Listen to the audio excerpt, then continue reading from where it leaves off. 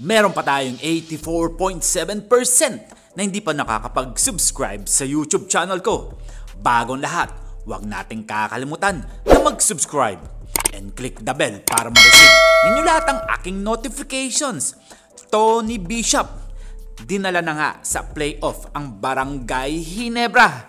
May haka-haka na naman ang mga dumarating. Well, hintay lang tayo mga parkoy. At isa pa, si JB, i-update lang natin kung ano na nga ba ang nangyari sa kanyang mga requirements. Well, umpisahan natin.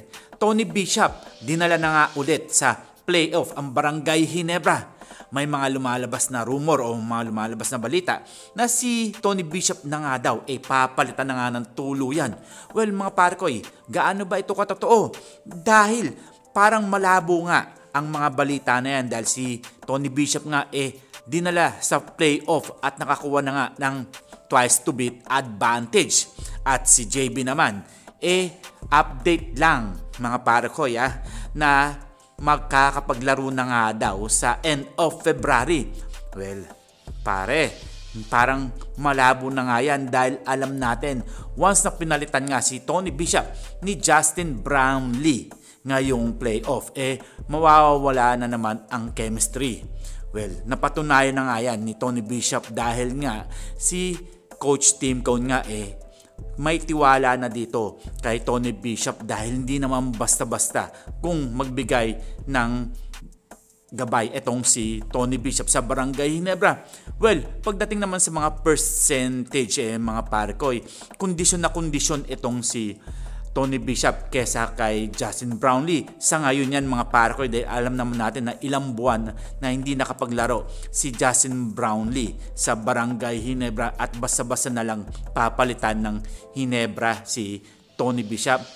Well mga parkoy kung ako ang tatanungin, medyo hindi na siguro paglalaroin ng Ginebra itong si Justin Brownlee dahil nga ang kondisyon nito medyo mababa sa ngayon at hindi siya mataas. Dahil kung pag-uusapan naman natin, si Tony Bishop talagang praktisado ngayon ito sa Barangay Ginebra.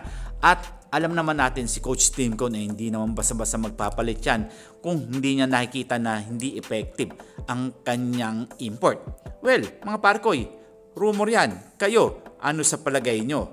Dahil nga, ito ngang si Robertson nga medyo malabo rin to na hindi nga siya makakapaglaro din sa Barangay Ginebra dahil nga alam naman natin na playoff na at syempre maglalaro nga siya sa strong group. Well, ayan na nga mga parkoy malabo lahat yan. Si Tony Bishop pa rin ang maglalaro sa Barangay Ginebra siguro hanggang sa katapusan na yan at tatapusin niya hanggang kampyonato. At syempre magkomento lang kayo at sasagutin natin yan isa-isa mga parkoy. Kayo, ano ang inyong magiging opinion dito?